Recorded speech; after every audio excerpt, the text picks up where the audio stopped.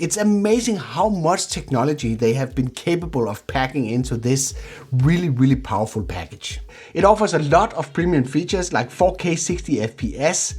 You get the possibility to shoot horizontal as well as vertical mode natively, so you don't need to crop in on the images to be able to use that format on other social platforms like TikTok, Instagram, and of course YouTube Shorts. It has a very low aperture of 1.7 that will let in a lot of light and will make it a breeze or very easy for you to capture footage during low light. And it offers a lot of tracking capabilities, also being available during quick shots and even when you're using the drone in portrait mode. It is equipped with front, bottom and rear obstacle avoidance sensors that will protect you against collision. All of this is topped off with an amazing 35 minutes of flight time. But what is the reality? Let's take a closer look into that. It flies and operates super smooth, probably the best in class. I've not tried every drone on the market, but it is really a pleasure to fly. It does seem to struggle a little bit more in high winds compared to the Mini 2 and definitely compared to the Air 2S, which is kind of expected. It's not a big deal and it's something that you can handle if you plan your mission carefully.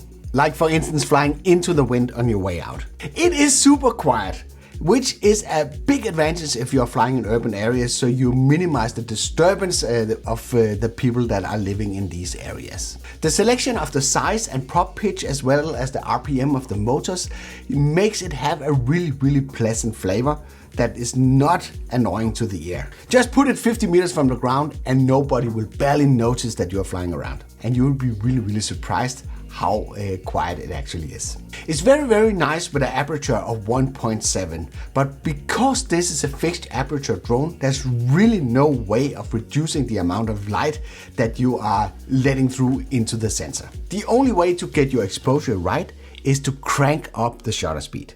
So if you're not using any kind of fillers on this drone, you will see some insane high shutter speeds when you're flying during a daylight operation. This also means that you need to watch out for the highlights, as these are easily getting blown out. But luckily DJI made a really nice implementation for using ND fillers on the drone. It's very easy to replace the fillers and by that reducing the amount of light through the lens. You simply just twist the glass in front of the lens and then you mount the appropriate ND filler.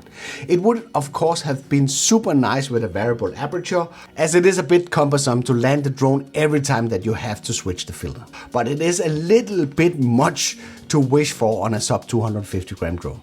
But who knows, maybe we get that in the future. I'm absolutely in love with the simplicity of having a dedicated controller for your drone, so I don't need to fiddle around with my phone. And with the 700 nits, it's not as bright as it could have been, but it's definitely way brighter than my iPhone 12 Pro Max when it's been out in the sun for a couple of minutes. So I like the way this is going. The DJI RC is the best solution. I wish DJI would include an extra pair of sticks for the DJI RC Smart Controller, because if you lose one of those sticks, it is going to be a pain to fly the drone.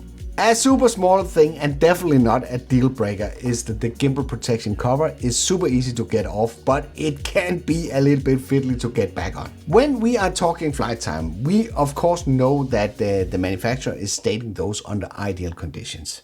But in this case, it's actually a joke. I have not been possible to get any of the 3 batteries that I have above 25 minutes. According to the spec sheet, you should get 34 minutes, which is quite a significant reduction to the claim that DJI is making. Then you can just opt in for the Plus option and get the 45 minutes of flight time, which in reality is probably not 45 minutes, it's maybe more like 35 minutes.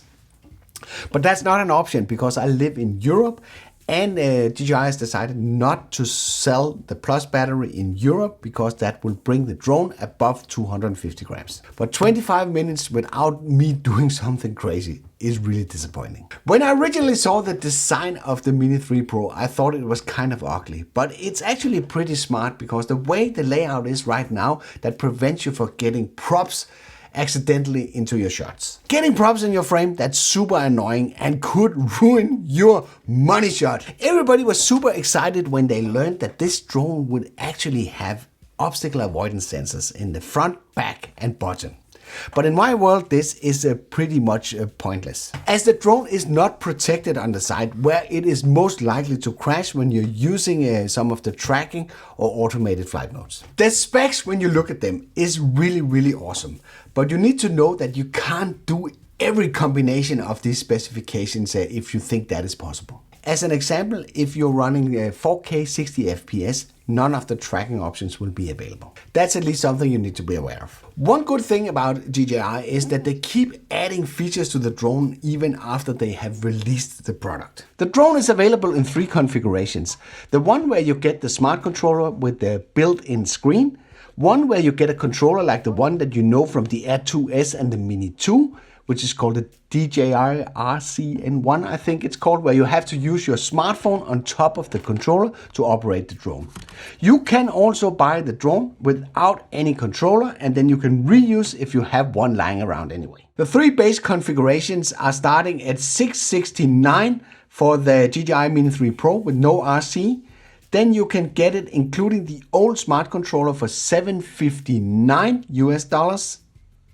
And if you want to have the new smart controller included, you have to hone out $909. You will soon realize that one battery is not enough for your drone.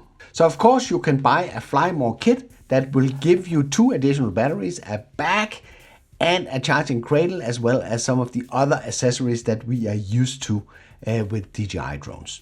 Except from a charger, which in this case you have to provide by yourself. The Fly More kit will set you back additionally $189 US. So what do you think about the Mini 3 Pro? Have you decided to get one? Then let me know the pros and cons in the comment below. I hope you liked this video. If you did, then feel free to give it a like. If you didn't like it, feel free to press the dislike button twice. Thank you for watching, and I'll be seeing you on the next one.